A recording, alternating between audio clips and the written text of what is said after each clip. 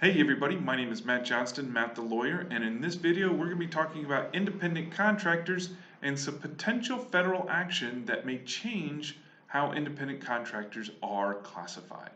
Before we get started, please click the subscribe button that you see down below there, and also feel free to hit the bell that will tell you when we get new content out.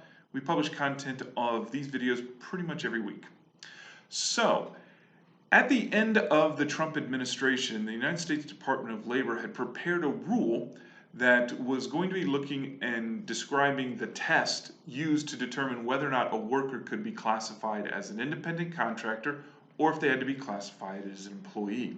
That rule was really kind of a tweaking, some minor changes, substantive but minor changes to the rule that had been in existence for many, many years. As is normal when a new administration takes office, the new administration put a hold on all new regulations that were going to be sent out or that had been approved. It's not nefarious, it's not evil, it is just pretty standard practice. So the Department of Labor pulled what was going to be the tweaked rule. Instead, the Congress is now considering some legislation based upon a California law that would create what is referred to as the ABC test. And of course, that passing legislation in Congress right now is going to be hard. I don't think the PRO Act will make it to law because I think the Senate will be able to filibuster it successfully. Now, don't quote me on that, don't hold me to that. I've been wrong about legislative passage before, and I'm probably going to be wrong again in the future. But in this one, I'm pretty confident that it won't make it through, be that as it may. However, I do think the ABC test is going to become law through regulation at the Department of Labor. And furthermore, I think it's a strong possibility that the ABC test will be implemented federal government-wide.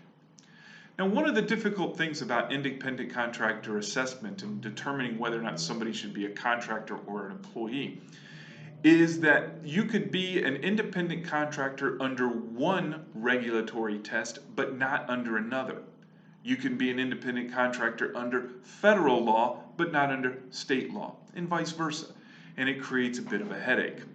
Now, the reason why I think the federal government is probably going to try and move to a standard one format ABC test is a recent announcement by the Biden administration of a multi-cabinet level working group headed up by Vice President Harris that's going to be looking at changes in all kinds of labor laws, labor regulations, and things of that nature. And the ABC test may very well be one of those things that is recommended for change government-wide. So what is the ABC test, you may be asking? Okay. Well, real quick and in very simple terms, it's a three-part test. The first is that the worker is free from control and direction of the hiring entity in connection with the performance of the work. That means the independent contractor gets to determine where, when, and how things are going to get done. And that has to be true both under the contract and in reality. So let's face it, there are times when contract and reality aren't the same thing. In this case, under this test, it would have to be true both under the contract and in reality. Prong number 2, the worker performs work that is outside the usual course of the hiring entity. Okay, the usual course of business, that is. So the worker has to be doing something that is not really in the wheelhouse of the hiring entity. Okay, so let's say you are a plumber and you want to hire somebody who is going to do plumbing work.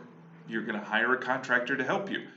Nope, that person's going to have to be an employee because your business is plumbing. But let's say you're a plumber and you hire a web designer to build your website. Because that's outside the usual course of business, that person could be an independent contractor. Third prong is that the worker is customarily engaged in an independently established trade, occupation, or business of the same nature of the work that is being performed. So going back to our plumber and the web designer would have to be customarily engaged in a separate business. So if their business is web design, you're golden. If the business is they're usually a plumber and you're asking this plumber who builds websites on the side, that may not be sufficiently enough. So most of these assessments are going to fail on the second prong. It's going to be very hard to hire somebody who's doing similar work to what you were doing as an expansion of your workforce, as a flex to your workforce. So I believe that in the coming months, perhaps even maybe a year, there's going to be some changes in the way independent contractors are structured. This is the time to get out ahead of that process. If you happen to be an independent contractor and you want to make sure you can remain an independent contractor, we need to take some steps now that can help you get into a position where you can assure yourself of being an independent business and that you're looking for work that is outside the usual course of your clients' businesses. So, and then the first prong, we can certainly set up the contract and we can talk about your work processes. If you happen to be a business that routinely engages independent contractors, then we're going to want to talk as well because we need to make sure that your engagements meet this test. This is the most stringent test of independent contractor versus employee assessment. It is much more stringent than the previous Department of Labor. It's much more stringent than the IRS multi-factor test.